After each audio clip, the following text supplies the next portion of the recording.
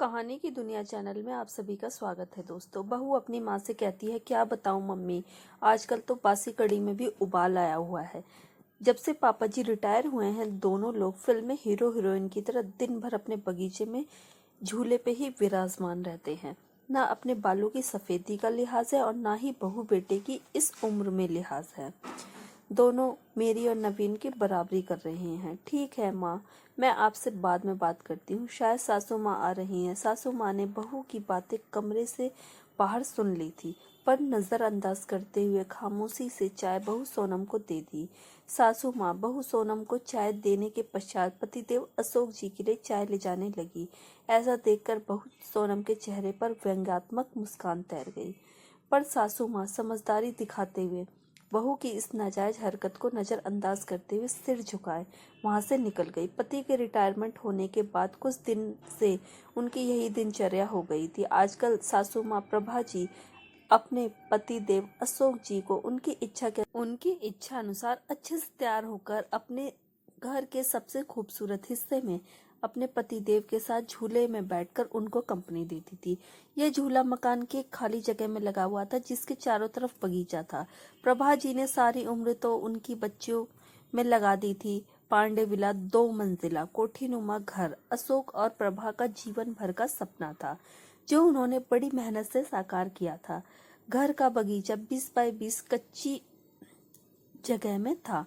यह वास्तव में प्रभा के सपनों का बगीचा। यहाँ तरह तरह की बेलें, कई प्रकार के पौधे, हर सिंगार का घनेरा पेड़ और एक छोटा सा टैंक था जिसमें कमल के फूल खिल रहे थे।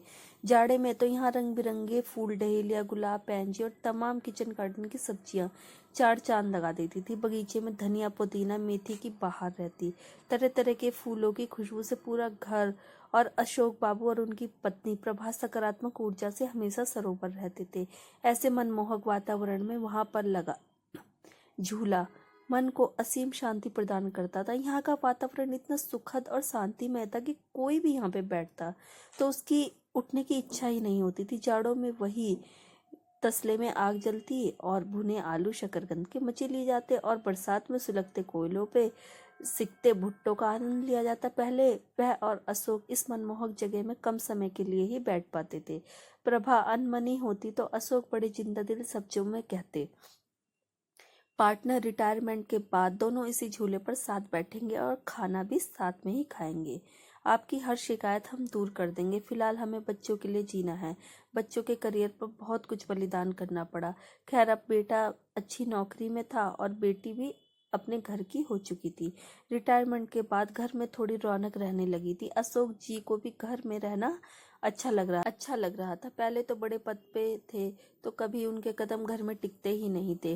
गांव से आकर शहर में बसना आसान न था, लेकिन किसी तरह 400 गज जमीन कर ली।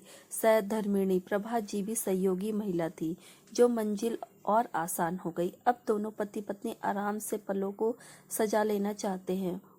लेकिन उनकी बहू सोनम अपने पति नवीन को उसके माता पिता के लिए ताने देने का कोई मौका न छोड़ती। उसने उस कोने के बगीचे से छुटकारा पाने के लिए नवीन को एक रास्ता सुझाया और कहा, क्यों ना हम एक बड़ी कार खरीद ले नवीन। आइडिया तो अच्छा है, पर रखेंगे कहाँ? एक कार रखने की तो जगह है घर में। नवीन थोड़ा चिंतित स्वर में बोला, जगह तो है ना, वो गार्डन तुम्हारा जहाँ आजकल वो लवबर्ड्स बैठते हैं। सोनम व्यंग्यात्मक स्वर में बोली। थोड़ा तमीज से बात करो, नवीन क्रोध से बोला। लेकिन फिर भी सोनम ने अपने पति को पापा जी से बात करने के लिए मना लिया। अगले दिन नवीन कुछ कार की तस्वीरों के साथ शाम को अपने पिता के पास गया और बोला, पापा, मैं और सोनम एक बड़ी गाड़ी खरीदना चाहते हैं। पर बेटा, एक गाड़ी तो घर में पहले ही है, फिर उस नई गाड़ी को कहाँ रखेंगे? अशोक जी ने प्रश्न किया। ये जो बगीचा है ना, यहीं गैरेज बनवा लेंगे। वैसे भी सोनम से तो इसकी देखभाल होने से रही, और मम्मी कब तक देखभाल करेंगी? इन पेड़ों को कटवाना ही ठीक रहेगा। वैसे भी ये सब जड़ें मजबूत कर घर की दीवारें कमजोर कर रहे हैं। यह सुनकर प्रभा जी तो वहीं कुर्सी पर सीना पकड़कर बैठ गई। अशोक जी ने क्रोध को काबू करते हुए कहा, मुझे तुम्हारी माँ से बात करके थोड़ा सोचने का समय दो। क्या पापा, मम्मी से क्या पूछना? वैसे भी इस जगह का इस्तेमाल भी क्या है? नवीन थोड़ा चिड़चिड़ाकर बोला, आप दोनों दिन भर इस जगह बगैर कुछ सोचे समझे 4 लोगों का लिहाज करे बगैर साथ में बैठे रहते हैं। अब आप दोनों कोई बच्चे तो नहीं है लेकिन आप दोनों ने दिन भर झूले पर साथ बैठने का रिवाज बना लिया है और ये भी नहीं सोचते कि 4 लोग क्या कहेंगे। इस उम्र में मम्मी के साथ बैठने की बजाय आप अपनी उम्र के लोगों में उठा बैठा करें, वो ज़्यादा अच्छा लगेगा, ना कि ये सब। और वह दंदनाते हुए अंदर चला गया। अंदर सोनम की बड़बड़ाहट भी जारी थी। अशोक की कड़वी सच्चाई का एहसास कर रहे थे। आज के पहले जब कभी पत्नी ने अपने मन की कही तो उन्होंने कभी ही सामंजस्य बिठाने की सीख दी, पर आज की बात तो उनके साथ प्रभा जी भी सन्न रह गई। अपने बेटे के मुख से ऐसी बातें सुनकर दोनों का दिल भर आया था और टूट भी चुका था। रिटायरमेंट को अभी कुछ ही समय हुआ था, जो थोड़ा सुकून से गुजरा था। पहले की जिंदगी तो भागम भाग में ही निकल गई थी, बच्चों के लिए सुख साधन जुटाने में। नवीन और सोनम ने उस शाम को खाना बाहर से ऑर्डर कर दिया, पर प्रभा ने ना खाना खाया गया और ना ही नींद आई। नींद तो अशोक को भी नहीं आ रही थी और वो प्रभा की मनोस्थिति भी समझ रहे थे। अशोक जी अपनी पूरी रात उहापोह में लगे रहे, कुछ सोचते रहे, कुछ समझते रहे और कुछ योजना बनाते रहे। लेकिन सुबह जब वो उठे तो बड़े शांत और प्रसन्न थे। वे रसोई में गए और खुद चाय बनाई। कमरे में आकर पहला कप प्रभा को उठाकर पकड़ाया और दूसरा कप खुद पीने लगे। आपने क्या सोचा? प्रभा ने रुआंसे लहजे में पूछा। मैं सब ठीक कर दूंगा, तुम बस धीरज रखो, अशोक बोले, पर हद से ज्यादा निराश। प्रभा उस दिन पौधे में पानी भी देने ना निकली और ना ही किसी से कोई बात की। दिन भर सब सामान्य रहा, लेकिन शाम को अपने घर के बाहर टू लेट का बोर्ड टंगा देख नवीन ने भौचक्के स्वर में अशोक से प्रश्न किया। पापा मान गए कि घर बड़ा है, पर ये टू लेट का बोर्ड किस लिए? अगले महीने मेरे स्टाफ के मिस्टर गुप्ता रिटायर हो रहे हैं, तो वो इस घर में ही रहेंगे, उन्होंने शांतिपूर्ण तरीके से उत्तर दिया। हैरान नवीन बोला, पर कहाँ? तुम्हारे पोर्शन में, अशोक जी ने सामान्य स्वर में उत्तर दिया। नवीन का स्वर अब हकलाने लगा था। और हम लोग तुम्हें इस लायक बना दिया है कि तुम 2-3 महीने में कोई फ्लैट देख लो या कंपनी के फ्लैट में रह लेना अपनी उम्र के लोगों के साथ। अशोक एक एक शब्द चबाते हुए बोल रहे थे। हम दोनों भी अपनी उम्र के लोगों के में ही बैठेंगे उठेंगे। तुम्हारी माँ की सारी उम्र सबका लिहाज करने में निकल गई। अब लिहाज की सीख तुम सबसे ही लेना बाकी थी। पापा मेरा वो मतलब नहीं था। नवीन सर झुकाए बोला। नहीं बेटा, तुम्हारी पीढ़ी ने हमें भी प्रैक्टिकल बनने का सबक दे दिया। जब हम तुम दोनों को साथ देखकर खुश हो सकते हैं तो तुम लोगों को हम लोगों को साथ में देखने से दिक्कत क्यों है?